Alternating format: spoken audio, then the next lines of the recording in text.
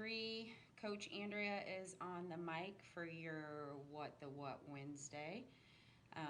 For my very first What the What Facebook Live edition Wednesday. So, full disclosure, Chelsea's actually been asking for a couple months now for me to branch out and do one of these. However, every single time I have declined. So yesterday, the girls would not let me decline. I was pressured into this. Not only was I pressured, I would even probably say borderline harassed.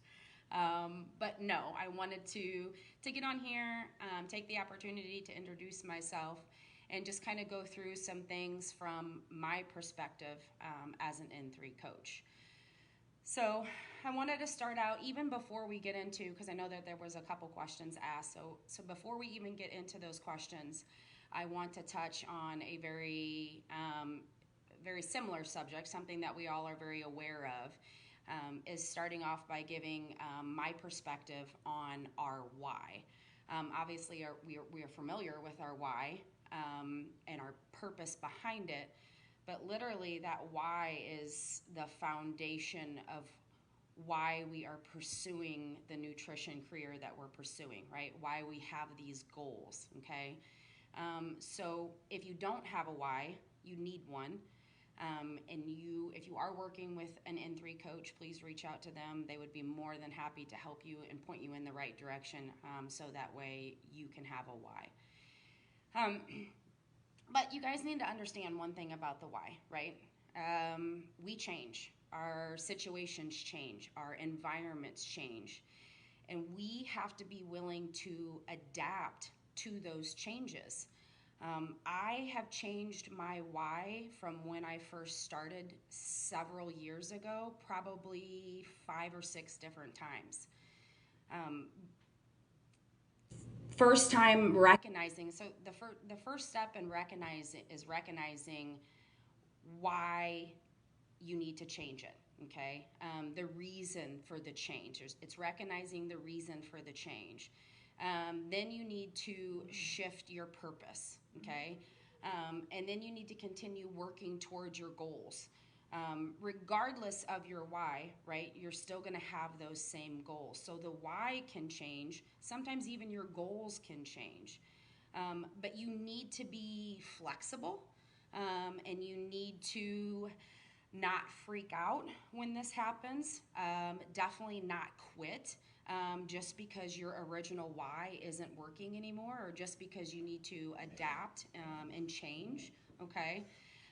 So just to kind of give you an example of my why changing, when I first started WAG, I remember filling out my one-on-one where it wants to know all kinds of information about you and your goals and your challenges and what you're currently doing and what you're looking to achieve. When I filled out my goals, I literally just wrote Brooke Ince name on there. That's what I wanted. That's what my goals were. I wanted to look like Brooke Ince. I wanted to be Brooke Ince. That was my goal. But guess what? For me, that's not a realistic goal, because I'll never be Brooke Ince. I will never look like Brooke Ince. But it doesn't mean that I don't work hard or I'm not dedicated. It just means that I'm Andrea Carver and I'm okay with that. Okay, so that's when I had to adjust and come up with a different why moving forward. Did I quit because I'm not going to look like Brooke Ince? No. Did I freak out and go in a different direction because I'm not going to look like Brooke Ince? Absolutely not. Okay, so just to recap, just know that your why can change. It's possible, okay? But just roll with it and come up with a new one, okay? All right, so let's dive into a couple of these questions that I was asked about. I think you guys are trying to pick me apart. So Kelly asked a couple questions about carbs. So obviously I would have a different response if my lifestyle was different. Say, for instance, if I was keto lifestyle. But I love carbs. Carbs are my friends. And I would never, ever, ever, ever refer to them as an enemy, okay? I don't even like when somebody makes a reference of I'm eating good carbs versus bad carbs. I don't look at my food that way. There is no good food and there is no bad food. My food choices are made with the thought process in mind of how is this going to make me feel? Is this food choice going to be effective? Is it going to be ineffective fuel for my body? Um, a couple things when I get into food choices. I don't like to feel like crap. I don't want to feel bloated. I don't want to feel uncomfortable. Um, so, with that being said, that is the reason for me to pass on things that make me feel that way. It doesn't mean that I have not eaten a whole pan of gooey butter cake or sugar cookies or cinnamon rolls or french fries. I eat all that stuff. But I eat that stuff in moderation. That's not something that I would ever eat on a daily basis because, like I said, I don't like how that fuels my body. Okay. My favorite carbs are bananas. I love oatmeal, baked potatoes, and pancakes all day long. Saturday is my pancake day. I don't miss it. I don't play around, and I get really cranky when I can't eat my pancakes. So, go-to snacks. I know Taylor asked a couple questions about this. So, my go-to snacks: bananas, apples. I love bananas. I love apples. Yogurt, Quest bars, all day long. I'll eat a birthday cake Quest bar. But cottage cheese, oatmeal bars, those types of things. You guys, I'm gonna be honest with you. I don't get crazy fancy. I like easy. I like convenient because my line of work, I don't always know what the day is gonna bring.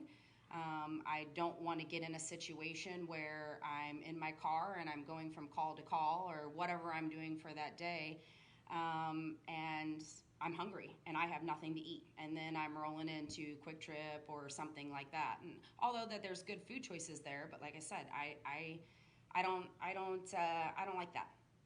So Taylor asked another one about my key to staying consistent. Um, I'm crazy. That's why. No, I'm just kidding. No. No, in all seriousness, though, it is literally routine, routine, routine. And I cannot say that enough. I literally approach every day with a plan. I am always prepared for that day. One thing that sticks with me: no one else, I repeat, no one else dictates my food choices, period. And honestly, I don't even think about staying consistent anymore, especially with me being in maintenance, because obviously now my goals are different. Um, because I made it such a priority in the very beginning of my fitness journey. So remember that because that part is very, very, very important. This is a priority, and it allows you to have more wiggle room once you reach your goals. But you got to be consistent. Um, a number one tip for getting back on track, and I would say after an extended period of time, this is when I would use this. Um, you almost have to accept that what you did before might not necessarily work this time, and be willing to make some changes. So, what I mean by that is if what you were doing before is working or was working, would you really be off track? I'm going to say no. Because if it was working, you would consistently be staying on track. Okay, so you got to come up with something that is going to work with you in the future because you can't keep going back to something that's not working, right? Isn't that like the definition of insanity? Doing the same thing over and over and over and expecting a different result. It's not going to work. I mean, to kind of give you an example, it's almost like a birthday. I'm going to say a birthday. So every year for my birthday, I throw I'm gonna really lose 10 pounds before my next birthday. That's my goal. I'm gonna lose 10 pounds, and I do the same thing that I've done for years and years past. Right? It's never gonna get me anywhere. So you have to be willing to accept that what happened or what worked before isn't always going to work in the future. Hopefully that makes sense. Um, and I would say, like, short term, getting back on track. So, Christmas Day, I throw caution to the wind. I do not track anything. I eat cinnamon rolls all day long, probably have a couple boxes of cereal. That is my one day that I allow myself to do that. But I know that that does not carry over. It does not leave Christmas Day. So when I wake up the next day, boom, it's game on. I'm right back into my routine. And I think that if you're going to allow that to happen, to be off track, it happens, right? The whole purpose of counting macros is being flexible. There's going to be some time when you're going to need to be flexible. But it's literally leaving that day behind. That day ends and a new day begins. And you have to be willing to get back on track that next day, period. This one is for Molly. Let's talk about a mindset. Let's just talk about my general rule, okay? You don't get what you ask for. You get what you work for. Let me repeat that. You don't get what you ask for. You get what you work for. It's literally that simple, okay? You can't expect A plus results if you are going to give a C effort. It just doesn't work that way. So you constantly have to be, it's a grind. It's a grind. It's an everyday grind. And you have to be consistent with your routine and find something that works for you. Megan asked, how do I handle spontaneous moments? And I gotta laugh at this because, Megan, I don't handle spontaneous moments. In all seriousness, I don't. There is nothing about Andrea Carver that is spontaneous. I'm just not. I am very routine. My husband knows that. My son knows that. My friends know that. My family knows that. So for me, if it's not logged in MyFitnessPal the night before, it's not happening, period. But I also feel like that is a boundary for me. That is what's helped me be successful to this point, and I think that's what's going to continue helping me be successful in the future. So you guys, I could literally sit and continue to ramble.